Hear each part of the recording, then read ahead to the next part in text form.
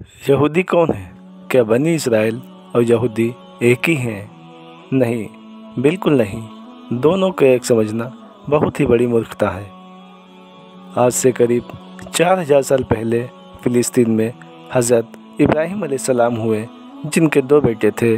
Number 1 हज़रत इस्माईल अलैहिस्सलाम और नंबर 2 हज़रत इसहाक अलैहिस्सलाम। हज़रत इस्माईल अलैहिस्सलाम हिजरत करके मक्का चले गए, मगर हज़रत इसहाक अपने वालिद इब्राहीम अलैहिस्सलाम के साथ फ़िलिस्तीन में ही रह गए। इसका उल्लेख यहूदी धर्म के एक प्रमुख ग्रंथ तौरात में मिलता है। इसहाक अलैहिस्सलाम के 2 बेटे थे, याकूब अलैहिस्सलाम और ईसाऊ। याकूब अलैहिस्सलाम को ही इसराइल कहा जाता है। याकूब अलैहिस्सलाम के 12 बेटे थे।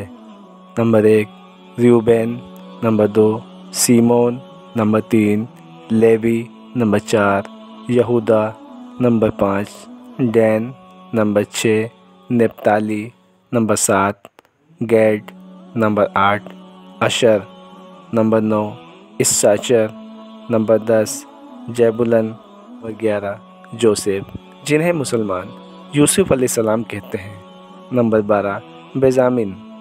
याकूब अलैहिस्सलाम के 12 बेटों से आगे चलकर इसी के नाम से 12 कबीले बने। याकूब अलैहिस्सलाम के बेटों और उनके वंशजों को ही बनी इसराइल कहा जाता है। बनी का मतलब होता है वंशज। बनी इसराइल यानी इसराइल के वंशज।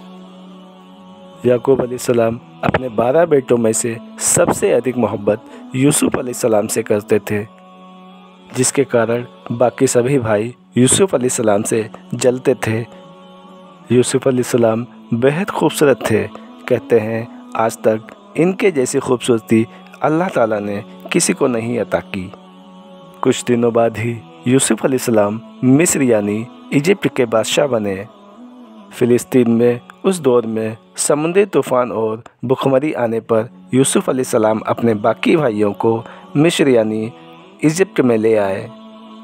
धीरे धीरे यूसुफ अलैहिस्सलाम के भाई मिस्र में हर क्षेत्र में व्यापार, कृषि, निर्माण वगैरह में उच्चतम शिखर तक पहुंच गए और फिर यूसुफ अलैहिस्सलाम अर्थात इस्माइल के वंशज यानी बनी इसराइल मिस्र में काफ़ी रुतबे वाले होने लगे। यहीं आता है फ़िरौन। मिस्र में बनी इसराइल की ताकत से घबराकर फ़िरौन बनी इसराइल को अपना ग़ुलाम बना लेता है। बनी इसराइल अगले 400 साल तक फ़िरौन के ग़ुलाम रहते हैं। इसके 400 साल बाद याकूब अलैहिस्सलाम के तीसरे बेटे लेवी के वंशजों में से एक पैगंबर हुए, जिनका नाम था हज़रत मूसा अलैहिस्सलाम। हज़रत मूसा ने बनी इसराइल के 12 कबीलों को फ़िरौन की ग़ुलामी से आज़ाद कराया और सभी को वापस फ़िलिस्तीन की तरफ ले गए। मूसा ने ग़ुलामी से छूटे बनी इसराइल के 12 कबीलों से कहा कि फ़िलिस्तीन पर हमला करो, मगर फ़िरौन की ग़ुलामी से मानसिक ग़ुलाम हुए बनी इसराइल के 12 कबीलों ने ऐसा करने से मना कर दिया और कहा कि आप और आपका रब जाकर लड़ें, हम नहीं लड़ सकते। इसके बाद मूसा अलैहिस्सलाम के नेतृत्व में नई जनरेशन ने फ़िलिस्तीन और यरूशलेम को फ़तेह कर लिया। मूसा अलैहिस्सलाम के बाद भी बनी इसराइल फ़िलिस्तीन में बहुत सालों तक रहे, मगर फिर इन्हें दोबारा यहाँ से निकाल दिया गया। इसके बाद याकूब अलैहिस्सलाम के चौथे बेटे यहूदा के वंशजों में से एक पैगंबर पैदा हुए, दाऊद अलैहिस्सलाम, जिन्हें ईसाई और यहूदी डेविड कहते हैं।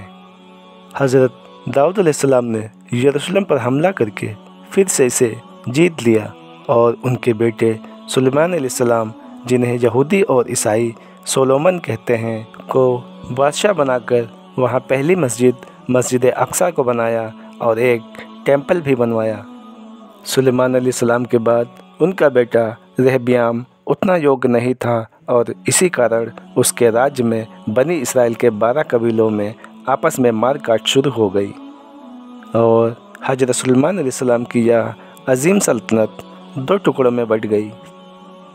बनी इसराइल के 10 कबीलों ने अपने आप को यहूदा कबीले से आज़ाद कर लिया और एक नया साम्राज्य बनाया, द किंगडम ऑफ इज़राइल, और बाकी 2 कबीले यहूदा और बेंजामिन अपनी ही जगह पर रहे। बाकी 10 कबीले आपस में ही मार काट करते रहे।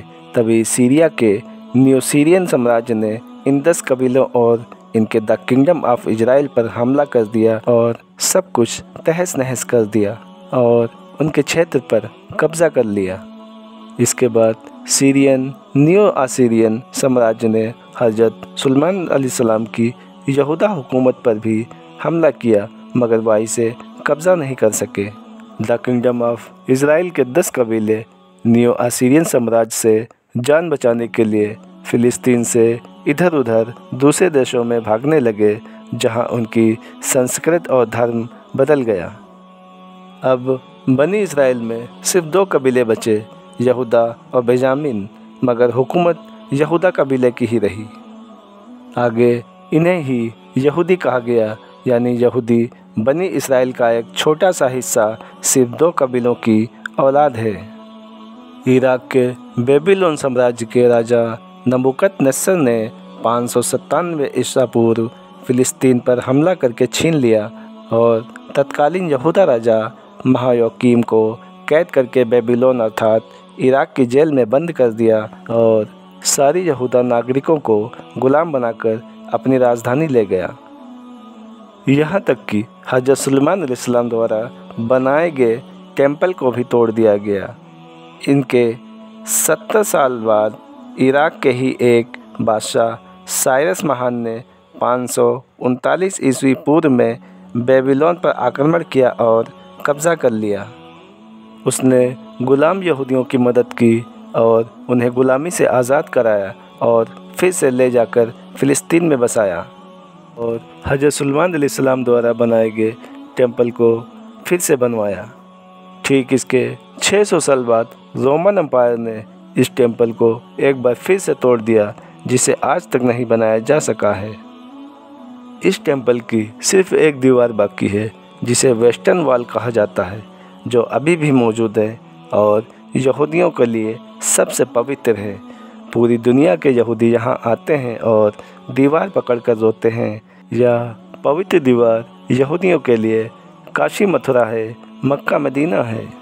मगर सवाल यह है कि पूरी दुनिया में सबसे अधिक ताकतवर और सबसे अधिक ज़्यादा पैसे वाली कौम यहूदी इजराइल जैसी ताकतवर हुकूमत होने के बावजूद उस मंदिर को क्यों नहीं बनवा रहे हैं, दीवार पकड़कर सिर्फ रोक क्यों रहे हैं। इसके आगे का इरादा इनका बेहद ख़तरनाक है। दरअसल यहूदी मानते हैं कि बहुत जल्द ही उनका एक मसीहा आएगा, जो बनी इजराइल के 12 कबीलों को, जिनमें बहुत से मुस्लिम और ईसाई हो गए हैं, उन सबको फिर से इकट्ठा करके अरब और फ़िलिस्तीन की ज़मीन पर द किंगडम ऑफ इजराइल बनाएगा और हज़रत सुलेमान अलैहिस्सलाम का वह टेम्पल फिर से बनाएगा।